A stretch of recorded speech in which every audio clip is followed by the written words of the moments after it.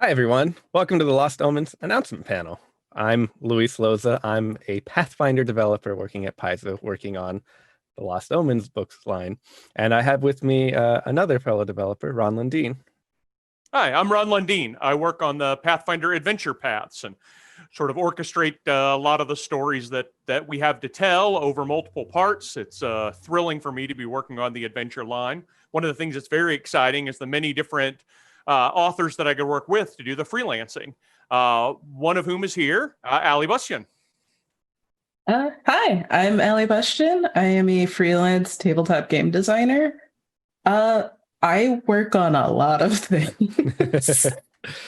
And lately a good few of them have been for Paizo. So now I'm here. Yeah, Ali's done a lot of great work for some of the things we're about to tell you today. So let's just get right into them. As I mentioned, I work on the Lost Omens line, which is really has a focus on our campaign setting for Pathfinder, the World of Golarion, the Age of Lost Omens. And today we're here to announce the next book in the line, which is coming in June 2021. It's the Lost Omens Mwangi Expanse. It's a huge book. We're looking close to over 300 pages at this point, talking about a particular region in our world, the Mwangi Expanse, which is inspired by a lot of non-European folklore. A lot of it has origins with folklore from Africa and other locations. And it's just a really great place that we haven't had a chance to look into in the history of Pathfinder just yet. And this is our first real deep dive. We've looked at it before here and there, but this is the first time we've given it so much word count, so many pages that, you know, it's time. We figured we like this place a lot. Let's take a look at it. So like I said, it's coming June 2021. And what can you expect in a book like this? Well, we're going to go into a lot of what makes the Mwangi Expanse the Mwangi Expanse.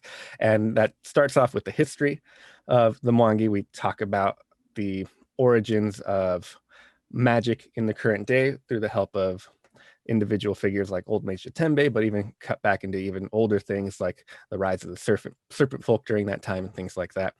And then from there, we start talking about the present day Mwangi Expanse, and we go into different things like the people and the culture that are there, and we take a deep dive into lots of the different groups that exist in there. We talk about all the different human ethnicities, elven ethnicities, dwarven ethnicities, things like that exist in the book.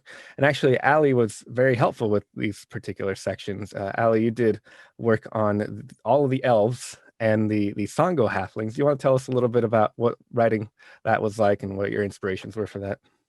Yeah.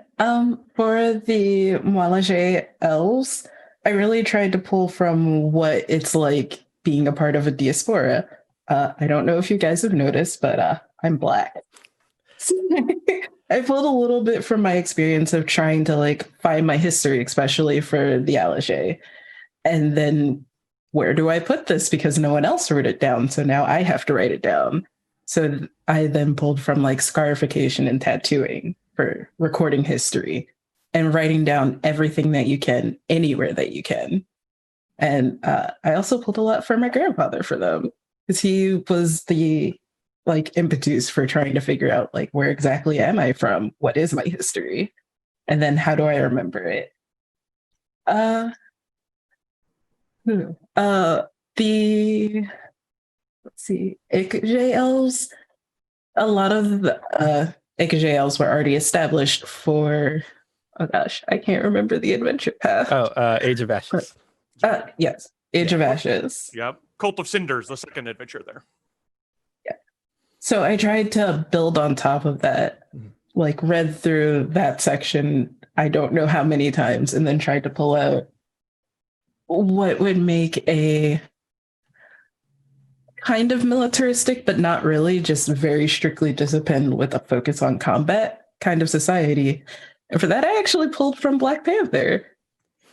Just a little bit. Yeah. But trying to make a group that was very focused on how do we protect and defend ourselves when we know that there's something very dangerous and scary out there. And then surprisingly, I pulled from Amish culture.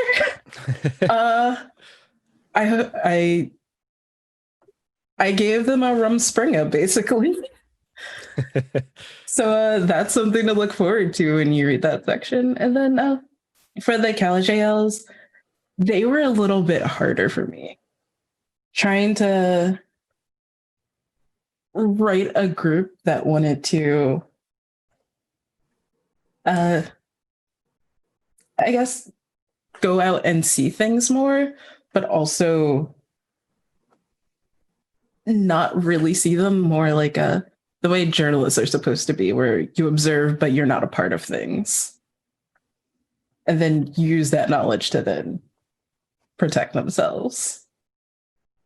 And yeah, I didn't feel entirely comfortable pulling just straight things from different African cultures.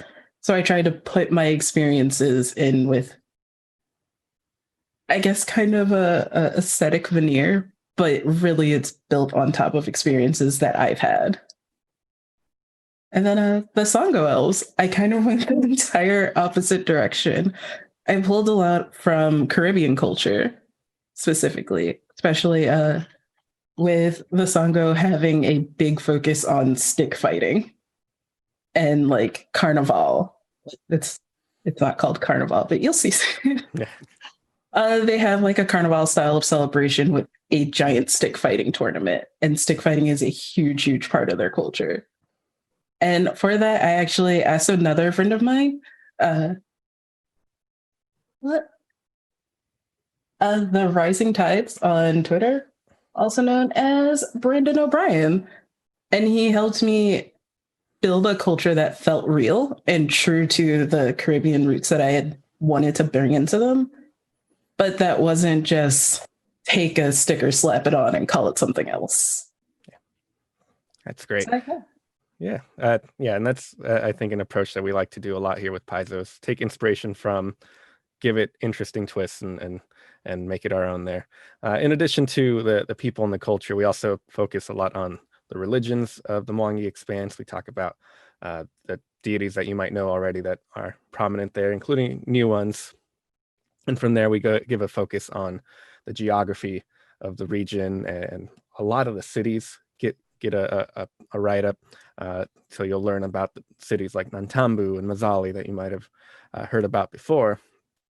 And this is another part where you helped us out here. One of the only nations that exists within that region is the recently changed nation of Vidrian. Ali, what did you provide for that? For Vidrian, I figured I would write it since I wrote the iconic hero, I guess, for the area. That Avernus in Avernus. I didn't want to try and pronounce it because I always say Avernus. From Lost Omens Legends, right? Yeah. That's everything tying together in the books. That's great. Yeah. For it, I tried to pull a lot from various rebellions and then what happened afterwards, because that's the really important part, and that's what makes Vidrian what it is. What happens after a rebellion is done and you start cleaning things up, what grows out of it. So there's a little bit of French Revolution in there, like Caribbean revolutions, and then a little bit of my own, like what I would like to your own revolution. What I would like to see from a revolution, should one happen, which is a more representative government, like investment into infrastructure and like trying to make sure that the city works. But of course, because people are people, it's not going to be perfect. And that was another big thing that I wanted to bring in, that just because it's fantasy, it's not going to be perfect. Yeah. But it does, like you said, let us kind of plan and hope and fantasize about what could be in things like that. So beyond that, the final section of the book introduces us to a lot of the monsters in the Mwangi Expanse. Some of these are old favorites, some of these are brand new, and it's a lot of what you would expect in a setting book. It just happens to be a huge dive. When we give you 300 pages of the Mwangi Expanse, that means we give you a lot of material for each of these. I think each of the elf sections, each of them got 10 pages each or something like that. So it's a lot of material coming. But in addition to that, we're also coming with a lot of new rules that in the book here.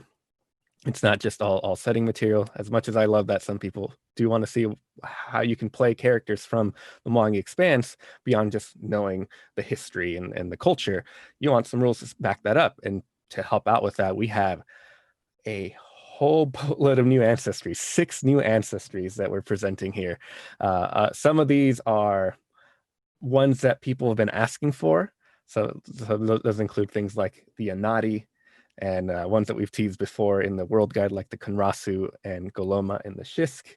And there are some that are old favorites that we're trying to bring back, like the Gripply, and ones that I don't know if anyone expected this, but I think they're great to have, and they fit right in, like the Knoll. So, those are the 6 to expect: Anati, Kunrasu, Knoll, Goloma, Gripply, and Shisk. And Ali, again, you helped us out here by bringing the Kunrasu from just 1 or 2 sentences in the World Guide to a whole full-fledged ancestry. What was that like? That was a lot. My main inspiration actually was an episode of Teen Titans where oh my god, and my mind is just blank. But Coriander, Starfire. Wow, why can I remember Coriander but not Starfire? Starfire goes into a cocoon, and from that I was like, okay, let's just blow this up as much as humanly possible and see like what kind of culture you would get. So you'd have someone that like tends to the Kamrasu that are growing up and like waiting to, this is going to sound really waiting to be possessed, because each one is inhabited by a different Aeon. Yeah. So like how do you build a culture around coons? Which is very weird because I don't like bugs. Yeah, it's really interesting. They're very biomechanical, use a lot of like wooden plant matter to create their bodies. And I think you did a great job. I love the flavor with it. And I hope people are excited to see them. In addition to those rules, we have a lot of deity write-ups here. Some of them you might have seen before, like Grandmother Spider is very prominent in the Mwangi Expanse. We actually showcased her in Gods and Magic before, but her write-up in the Mwangi Expanse book explains how the people of the Mwangi see her compared to just being seen as a whole throughout the world of Galarian. So it's got more of a focus on how does she affect the Mwangi Expanse. We also have teased other gods like Lost Omens Legends we mentioned earlier, made mention of new trio of sun gods based out of Mazzali, and we give you the full write-ups on those, and some of them are brand new. We have a catfolk focused deity called Adanye, or one that is just focused on all things big trees, elephants, big animals, stuff like that, called Balumdar, which Ron helped us out with on that. And beyond that, we're looking at new monsters. As I mentioned, we have old classics like the Charuka are showing up here, but we also have new ones that are inspired by lots of folklore or myths and stuff that come from Africa and other places like that, that include things like Kava, who are feathered people that live among they have lots like thin layers of feathers that live among the Mwangi Expanse. We have the Karina, which are weird owl demon things that eat corpses and scare people away. And we also have some nicer ones like the Zimba, which is a enormous snake that has healing abilities, but is very rare to find. But if you can, it might be very helpful to find it. But in addition to all of this stuff, there's been a lot of thought put into this book, even beyond just, oh, what rules do we want and stuff. Making a book like this isn't something that we can just willy-nilly put together. We had to consider a lot of what's going on with the kind of stories we want to tell and the kind of people we want to represent. So as I mentioned before, we have talked about the Mwangi Expanse. A lot of it was presented from an outsider point of view. We've talked about the Pathfinders going in, finding stuff and coming back and then telling you about it.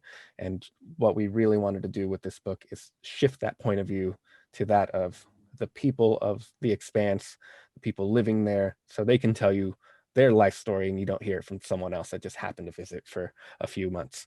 And in addition to that, we got to focus more on the cultures. Like Ali said, we got to pull on lots of different existing cultures and ideas to work from that, not just say, okay, well, here's Kenya, let's grab all the Kenya stuff and that's the entire book. No, we want to represent a lot of ideas, a lot of myths and cultures and stuff, and that was very important to us. And making sure that happened required having a very diverse team. And Allie is among, I think, 20 or so authors that did the amazing work of coming together and putting this book together. A lot of these are authors that are people of color, a lot of Black authors, and we're really excited to have them on. A lot of them are experienced authors that we used before. We've had Allie work with us before, the Manga Expanse. Some of these are brand new, and all of them have just knocked it out of the park. And, you know, this is a brand new take on the Manga Expanse, but it's still very familiar. So if you're used to something that, or you had something in your own games that you want to see again, we're doing our best to make sure it's still represented here, but with just more interesting light being shown upon it. So like I said, that's Lost Omens Manga Expanse coming June 2021. And Ron, you want to tell us what comes the next month? Sure. Now we've got a history here at Paizo. One of the things that we like to do is make sure that we are tying places we really like with stories we really like told in those. And I'm very excited to announce our next adventure path, which follows the Abomination Vaults and Fists of the Ruby Phoenix. This is the Strength of Thousands adventure path. It starts in July 2021, runs through December 2021. It is a 6-part monthly adventure path that'll take characters all the way from first level all the way up to 20th level. Now, the Strength of Thousands adventure path is set in the Magambia Magic Academy in the Mwangi Expanse. This is a very much a decidedly non-Western magic school. For a while, we have long wanted to tell a magic school story, give an adventure path where all the heroes are students at and then progress through a magic school. We've been wanting to do this, and we found this to be the perfect opportunity with the Mwangi Expanse Lost Omen books coming in to set this in the oldest magic school in our world. That's the Magambia Academy. I want to talk a lot about the Strength of Thousands adventure path, but I have to warn everybody that coming into this, there's going to be some light spoilers ahead. If you are interested enough, saying, "Oh, I knew students in the Magambia Academy," then you can sort of close your ears and and then have a GM for the rest of this. But I do want to tell everybody a little bit more about what we're offering. The general arc that the characters are going to be in this adventure path is they're going to start out as students, very new students, through the adventure path, grow to become teachers, spend some time as teachers, then ultimately they have the fate of the school in their hands by the end of it. This is one of the, it's very sort of long character arc. We want to think about what the characters are going to be doing throughout, and that's the path that the players who have characters in this adventure path are going to be seeing. We want to make sure that this adventure path is open to characters of all kinds. If you're the sort of person who heard a Magic School adventure path announcement and thought, I really like playing fighters, or I really like playing monks, we have a place for you as well. Because this is a magic school and everyone is going to be fitting into this magic school, what we're doing is we're layering on bonus spellcasting ability to all characters at the school. So if you didn't have any spellcasting ability in your character, you get a little bit. If you already had spellcasting ability, you get a little more. There are some rules in our system that let us do that fairly seamlessly by layering on archetypes. It does make all of the characters in this adventure path slightly more powerful than normal.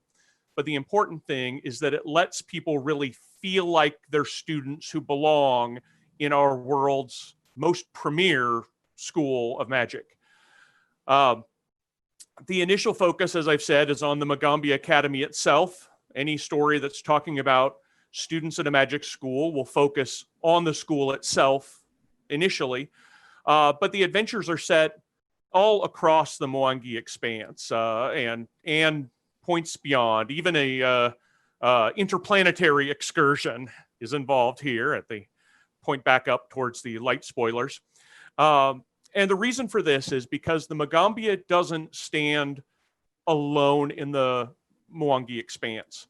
Its teachers are representatives of the natural world as a whole, and the preservation and the pushing forward of magic throughout the world. And so a lot of the teachers in the Magambia travel a lot through the Mwangi Expanse as diplomats, as frankly as troubleshooters sometimes for communities.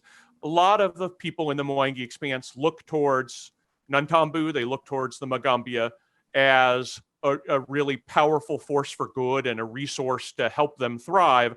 And we want to let the players be a part of that.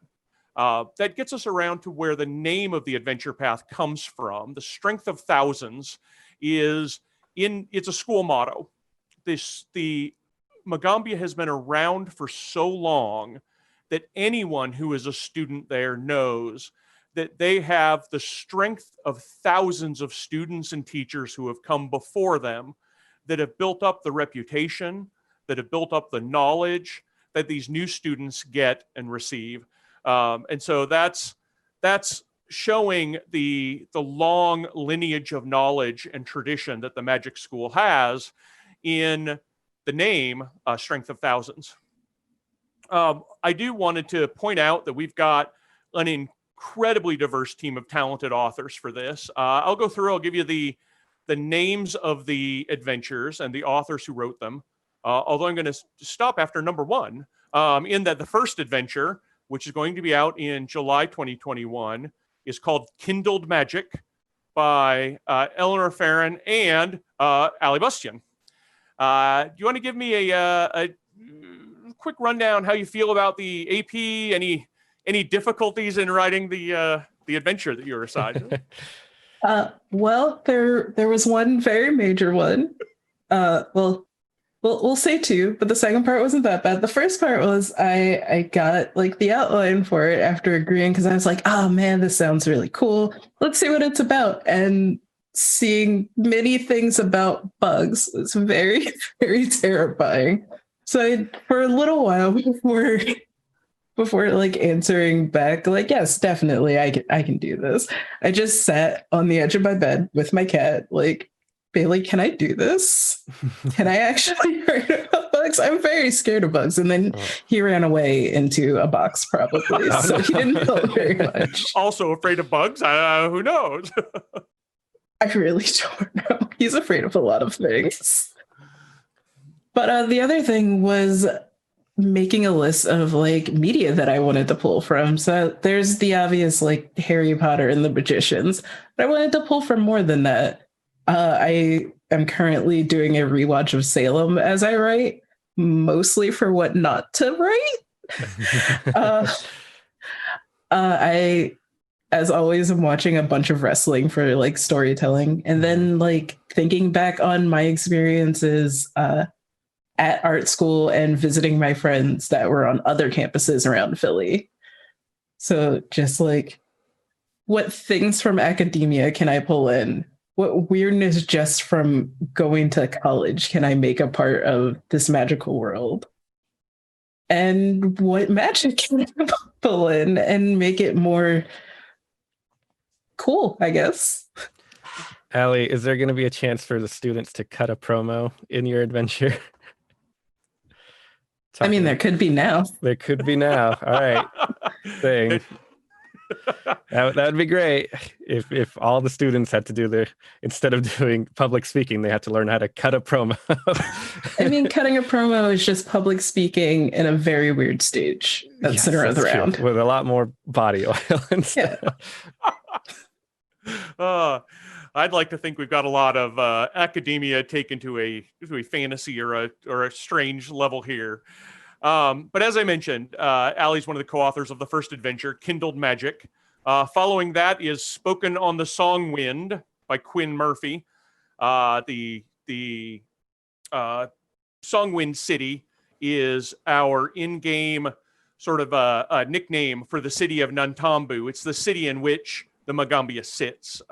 Luis talked in the Lost Omens Mwangi Expanse about how there's a lot of communities that you're going to be able to see.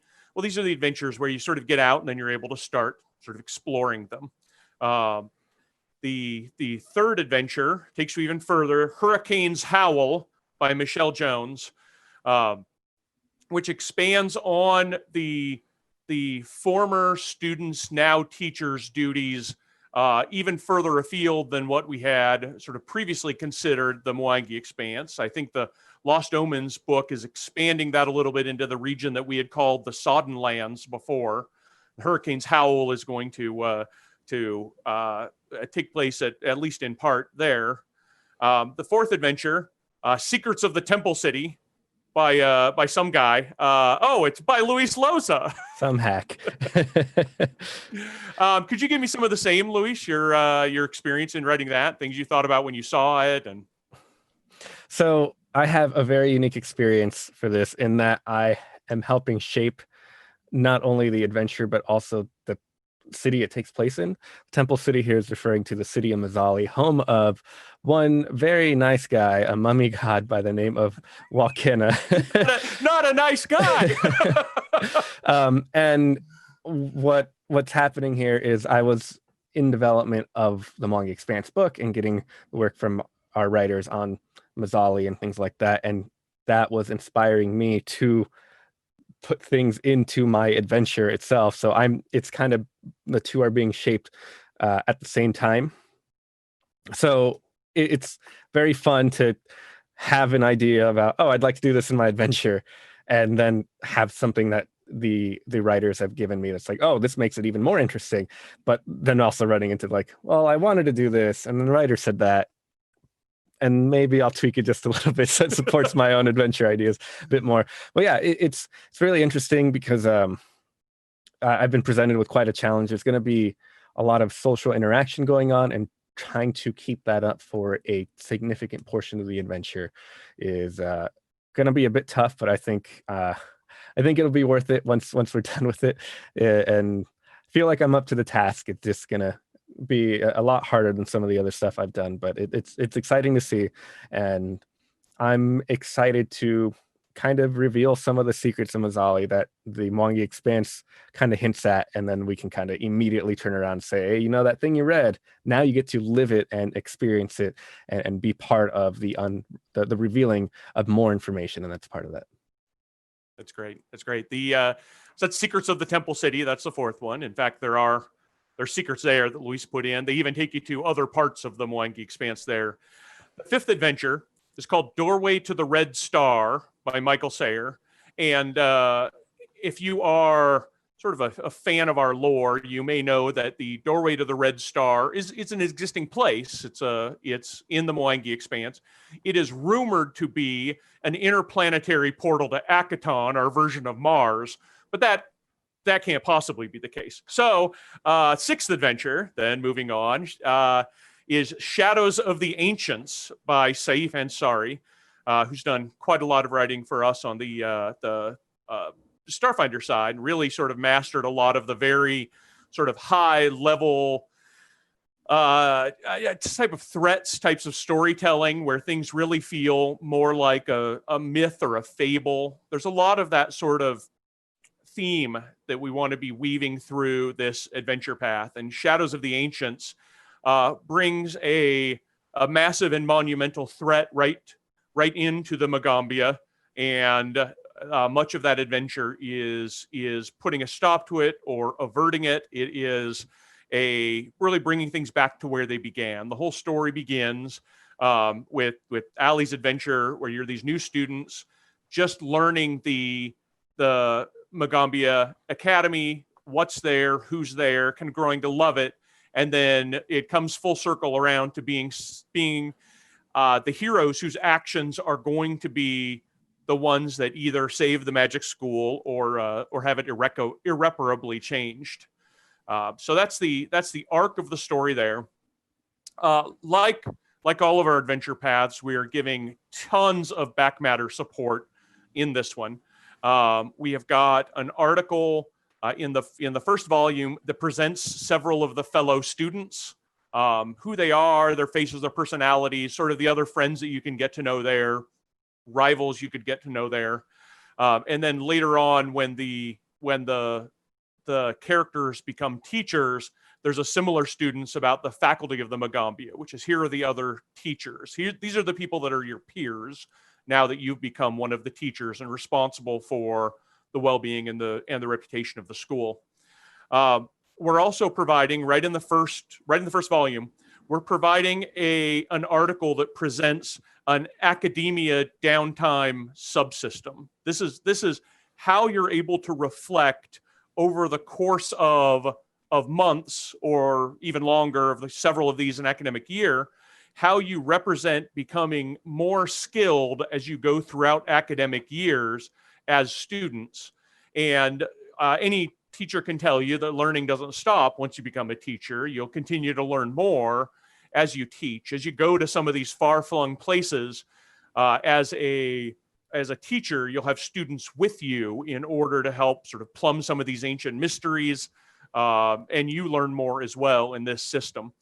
What this means is that unlike a lot of our adventure paths, which can happen temporally, they can happen very quickly. Our general assumption is these monthly products, each adventure takes about a month to play, and then a month later you're doing the next one. That's not the case in this one. In this adventure path, we expect the Strength of Thousands adventure path to have your characters span several years of game time. So think of it a little bit like the Kingmaker campaign, which was intended to last over years and years as you develop a kingdom. Here, this is over years and years as you're developing yourself as a student and then as a teacher. We've talked about the Lost Omens, Mwangi Expanse. We've talked about the Strength of Thousands adventure path. We've got another couple of things that are going to be tying into this region and this story, including our free RPG Day adventure in 2021. Once again, this is the one thing that I've been looking to tell. I've been looking to tell this type of story since I joined Paizo years ago, and I feel like this is the way to be able to tell it in a way that is interesting and engaging with one of the most interesting places in our world that we have. Very excited about the Magambia Magic School Adventure Path, Strength of Thousands. Again, it releases in July 2021 and goes monthly to December 2021. And that's the summation of that. Anything else to add there? Luis? I just think people hopefully are looking forward to it. We're really excited to get the book out. It's something that I know Eleanor and I, Eleanor being my co-developer on the line, have been wanting to do since basically day one of us getting into Paizo, and getting to realize that is really exciting. And I'm so looking forward to letting everyone know just how great these authors have been and what amazing things they've done with the Mwangi Expanse. I think people are really going to like it. All right. And Allie, anything you want to add about yourself at the end? Let the listeners who are seeing you know. Yeah. Well, about the book, I'm really glad that I got a chance to write something non-Western and like really be allowed to own it and the content that I made in it. And hashtag ad. Sure. You can find me on Twitter. I'm MadPierrot, MADPIERROT. I'm on itch.io, also madpierrot.itch.io, and DriveThruRPG. And there you can just search for Allie Bush, and it's a lot easier. Thanks so much for joining us, Allie. Thank you. Thanks for having me. All righty. And I think with that, we are going to be transitioning over to Erik Mona. Erik, take it away. All right. Hello, everybody. I am Erik Mona. I am the Chief Creative Officer and Publisher at Paizo. Thanks to Ron and Luis and Allie for giving us that awesome presentation about the upcoming Mwangi Expanse Lost Omen book and the Strength of Thousands Adventure Path. That stuff is super, super exciting. It's also a fair distance in the future. So some of you might be saying that's really, really cool, but how do I get involved in Pathfinder right now? So I'd like to take a few minutes here to talk about some brand new stuff, some stuff that's coming in the kind of immediate future, and other ways that you can get involved right now. So let's start by talking about what I think is one of the most exciting Pathfinder 2nd Edition products we've put out yet, and that is the Pathfinder Beginner Box. I've got a copy of the Beginner Box right here in my home office studio, and I'm going to be showing off some cool interior components of this box presently. And then we'll get into a little bit about what the Beginner Box is all about, kind of what you can do with it, and so on. So here's a pretty good overview of a lot of the contents in the Beginner Box. Some of the stuff's not in there, like, for example, this awesome set of polyhedral dice. The Beginner Box is designed to be people's first experience, not just with Pathfinder, but maybe even role-playing games in general. So we assume that people know nothing about RPGs, that they have none of the stuff that they need, and we're going to give you all of that stuff within the Beginner Box. So let's start by showing off a couple of different components. This here is your player reference card. There are 6 of these in the box, and one for each player. Maybe there's actually 4 of these in the box, but one for each player. And it's got a summary of all the conditions in the game. So stuff like prone, restrained, flat-footed, and so on. And then it's got what you can do in your turn. So this is something that's really helpful, particularly for new players, to just kind of have at their place at the table so that they can kind of know what is ready next time it's their turn. Speaking of players, of course, Pathfinder is a game about making amazing adventuring heroes. And there's a couple of ways to do that with the Beginner Box. One is we've got this character sheet. This is a simple, beautiful 2-sided character sheet that's completely blank. So if you want to use the Beginner Box to make your own heroes, you're going to want to fill out one of these sheets. And the books will take you through the process of doing that. Very, very simple. Also, part of the Beginner Box appeal is we want to get you playing within about 15 minutes of opening the box. And one way that we do that is we provide 4 pre-generated characters in the set itself. This is an example of Kira, the cleric. So if you're not ready to make a full character yet, you just want to kind of just jump right in, you're going to want to grab one of these character sheets. Now, this is actually more of like a character folder. You've got a couple of sides here. The front and back have like, here's what Kira is all about. Here's why you might want to play a cleric. Here's a little bit of background and personality stuff to get you started on that front. And then, of course, you open it up and you've got your character sheet here on this side. And over here, all the rules that you need to kind of play the character. So you don't even need to get into the rule books if you just kind of want to jump in. All that stuff's going to be explained within the context of just this one sheet of easy reference rules. I'll get into the books in a second, but I want to show some of the other really exciting components. Again, we know that a lot of the people getting this Beginner Box are not going to have mountains of miniatures and other accessories, so we wanted to make sure to provide a few sheets of what we call Pathfinder pawns. These are hard cardstock pawns. They pop out super easily, and each represents a character, double-sided, full-color printing on each side. All the monsters that are in this book, there's about 50 monsters, I believe, are represented here. We've got a bunch of different character options as well. And then this works with another super exciting component, which is the flip mat. So you can see here, this big beast has got, you know, your very first dungeon on it. It opens up to a huge size. It's double-sided. You can see all the light shining off it here in my beautiful home studio.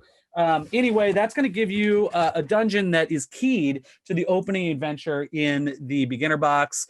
Also, you can populate it, you know, with the other monsters in there if you want to mix things up. So it's really a nice template for your first dungeon adventure. So let's talk about the books a little bit. In the Beginner Box, we've got the Hero's Handbook. This is a 70-some page, 72-page book that gives you all of the rules that you need to know to be a player in the Pathfinder role-playing game. And I want to make that part really clear because we're talking about the Pathfinder role-playing game. The Beginner Box is not like a dumbed-down version of the rules. It's not like a redone version that's like got different math to make it easier or whatever. It's the actual Pathfinder 2nd Edition rules. It's just that we've truncated the choices. So you have 4 classes to choose from. You have 3 ancestries to choose from. Instead of being sort of paralyzed by the 500-plus page rule book, you have it just kind of handed out to you in a way that has lots of illustrations, lots of examples, and is designed for new players in mind. So this is a great gift for someone who's never played before. This is a great way if you already know how to play and you're looking to bring new people into the hobby. The Beginner Box is a great gift for them, or a great first experience to get them, get their feet wet a little bit. And one of the ways we're going to do that is through the 90-page Game Master Guide. So this is the book that the Game Master needs. So not a ton of reading here, but a lot of play value and a lot of excitement. So this book has got, how to be a GM. It's got a bunch of monsters. It's got a bunch of treasures. It's got a bunch of information about how to run your own games, how to design your own campaigns. It also starts with an adventure that's keyed to that flip mat I just showed you a second ago. So the Game Mastery Guide puts you right into the action right away and kind of explains the rules incrementally as you kind of learn through it. So great way to get started in the game. That is a Game Mastery Guide. Comes with the Hero's Handbook. We got the flip mat. We've got pawns. We've got dice. We've got, as you can see here, a huge variety of stuff in this box. $39.99. People are very excited about it. The last version we did for Pathfinder First Edition was hugely popular. This one's even better. This is now the third time. We did the first one with First Edition. We did a Starfinder beginner box. This is our third beginner box, and we keep learning new and exciting things each time we do it. Let me talk about a couple of other things in this in the set. So here's a better look at those character sheets.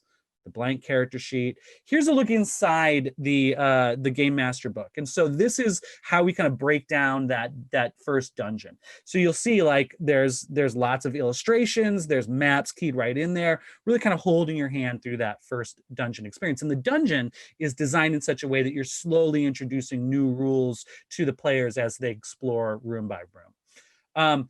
One of the really neat things about the Game Master Guide is that it has a little gazetteer of the town of Otari.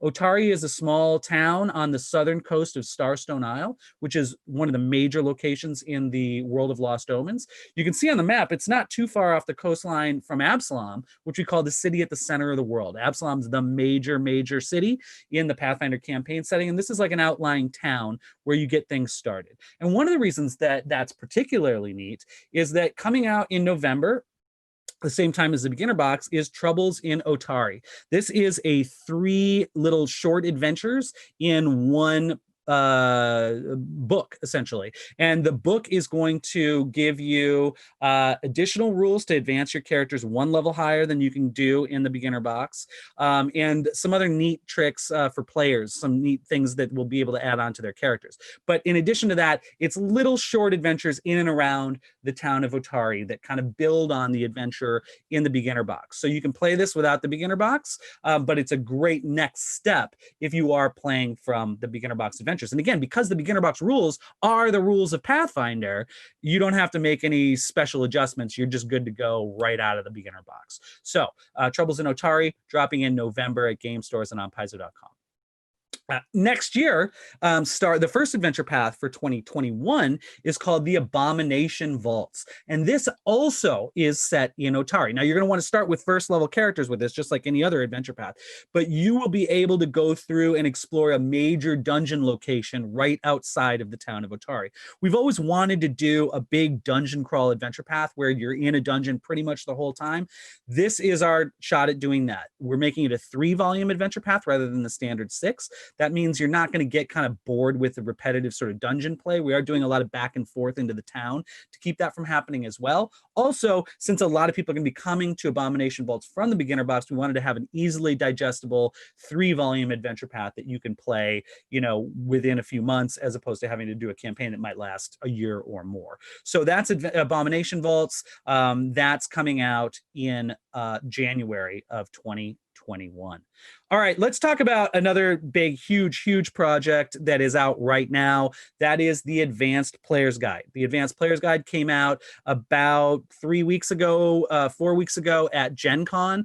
It is doing really well. People are loving it. It's got a ton of new material. So the Advanced Player's Guide, quite unlike the beginner box, is kind of that next step for players who already have the core rule book, are looking for kind of, to go one step deeper.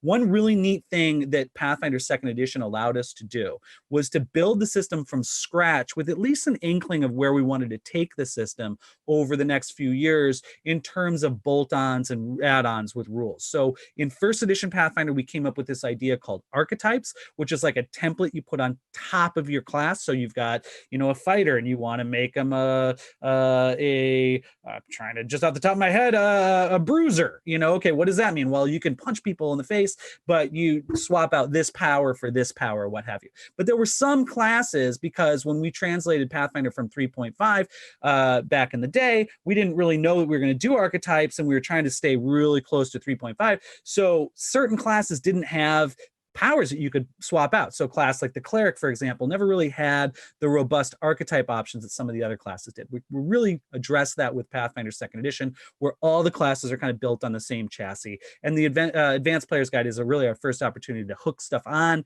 to those bolt-on areas and give you even more options for customizing your character. So for example, the Advanced Player's Guide has new ancestries. So we talk about the ABCs of character design: ancestry, background, class. Here we've got the rat folk, brand new ancestry. The book also has cat folk, rat folk, tengu, kobolds, and orcs. So lots of different choices. In addition to full ancestries, we've also introduced something called versatile heritages, and those can be put on top of any other ancestry. So that's stuff like your planar scions, your tieflings, your asimars, your dustwalkers. If you've got like an angel or a demon or some kind of death psychopomp thing lurking in the back of your family tree, the versatile ancestry is a way to make that happen. But unlike Pathfinder 1, where it's like, oh, you're playing a tiefling, which means you've got you're a human essentially with that admixture. Now you can add that on top of your gnome. You can add that on top of your rat folk. You want to play an angelic rat folk? Be our guest. We'll give you the rules to do that in the Advanced Player's Guide.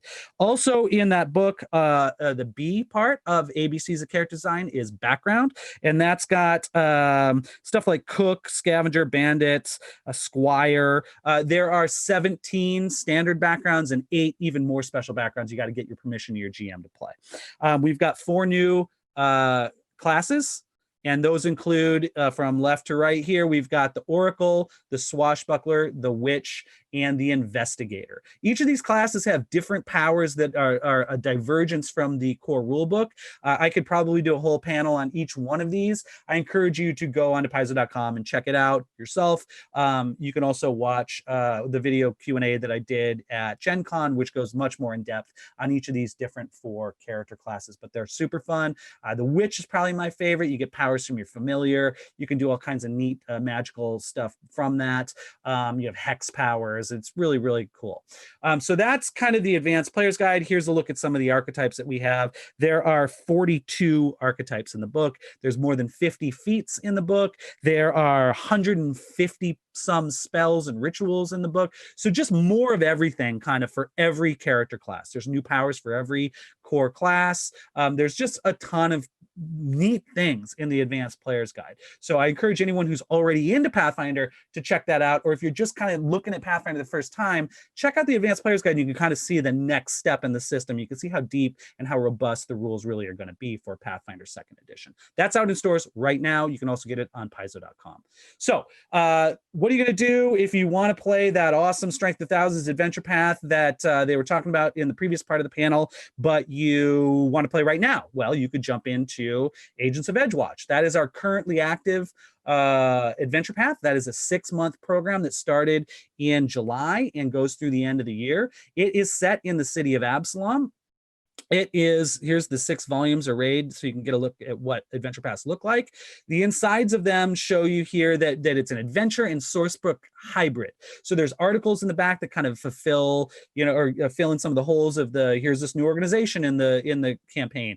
There's an adventure. Each one's 96 pages, and this thing comes out monthly. Agents of Edgewatch puts you in the role of a brand new detachment of city guards who are looking into some horrible murders and other malfeasance during a once-in-a-generation sort of World's Fair style festival called the Radiant Festival that's happening in the city of Absalom. I think this has got some of the best writing in any adventure path we've done to date. It's super, super cool. Set in the city of Absalom, you can see just how big that city is. We've got a big hardcover book of that coming next year as well. Here's an even closer look at that map. Wow, most detailed map we've ever done. There is a player's guide available for free right now on Paizo.com. Gives you a quick overview of the campaign to check out. Also gives you some rules about how to tone down some of the violence and some of that if you want to do that. This is a challenging time, frankly, to be publishing a game where you're playing the agents of law enforcement. We wanted to give a lot of options in there. So if you wanted to maybe carve that entire part out, you can do that, and you can do that with our blessings, and the campaign should still work. All those suggestions are in the Agents of Edgewatch Player's Guide, which is free on Paizo.com right now. Okay. Other things free on Paizo.com right now are the Starfinder Tech Revolution playtest. Still got about a week left. That ends on the 18th of September. You can come and pop in there and check out the Nano site, which is a nanotechnology sort of spellcasting class. And then we also have mechs. So all the rules for mechs. All that's free. You can download it, share your thoughts via survey, message board. We'd love to get your feedback. We'll have lots more to announce about Starfinder upcoming products, probably next month at an upcoming event. We'll let you know about that. But I couldn't resist telling you about the Starfinder Tech Revolution playtest. Still about a week left. Still time to get involved. Very much still time to get involved in the Pathfinder Secrets of Magic playtest. That is out right now. Dropped it last week, and you can go and check out 2 new classes for Pathfinder. So we just released 4. We're giving you 2 more to take through their paces and share your thoughts with us. One is the Magus, who's kind of a fighter wizard style character who can channel spells through their weapons. Lots of really fun stuff there. The other is the Summoner, one of the most interesting but also sort of complex classes from first edition. We've streamlined it and done some really neat stuff. That's kind of a magical buddy class where you have an Eidolon who manifests as maybe an angel or the departed spirit of a loved one or something like that. And you and that buddy kind of take on the challenges of an adventuring world together. So these are available at starfinderplaytest.com and pathfinderplaytest.com respectively. You can pop on there, give us your feedback. We'd love to have it.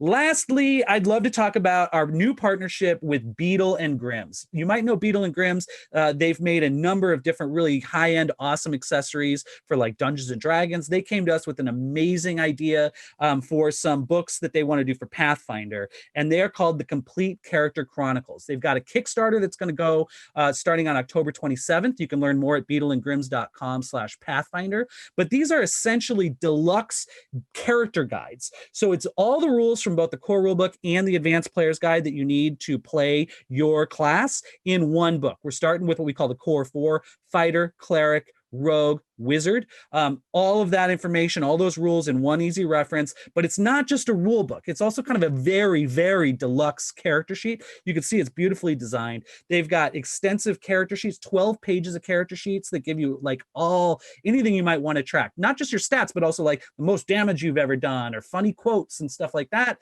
You've got spell books for spellcasting characters. You have templates for making a hideout, a temple if you're a cleric, a thieves guild, whatever. And you've got maps and journal entries for your individual adventures. You've got a birth certificate all the way to a death certificate. The idea is you have a record of your entire character's life, however long or short that may be, and you can always just kind of pull that off the shelf and reminisce as you go through it. Of course, it's table ready with all those rules. We're super, super excited to be working with Beetle and Grimm's. Again, you can check them out at beetleandgrimms.com/Pathfinder. Kickstarter starts on October 27th.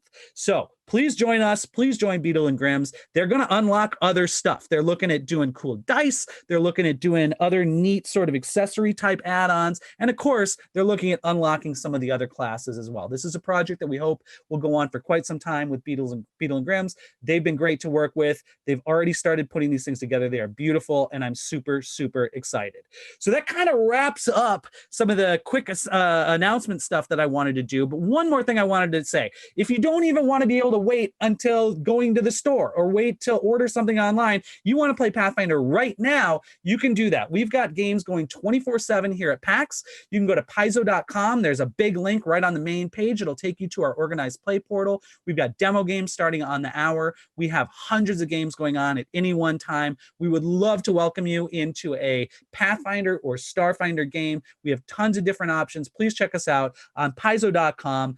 Please join us on the organized play Discord that we have set up. We'll get you into a table, and we are going to be thrilled to game with you. Hope you're having a wonderful weekend here at PAX. We're sorry we can't see you in person, but we will love to see you online. Please join us, and we'll see you next time. From Pathfinder Land, this is Erik Mona saying goodbye and enjoy your con.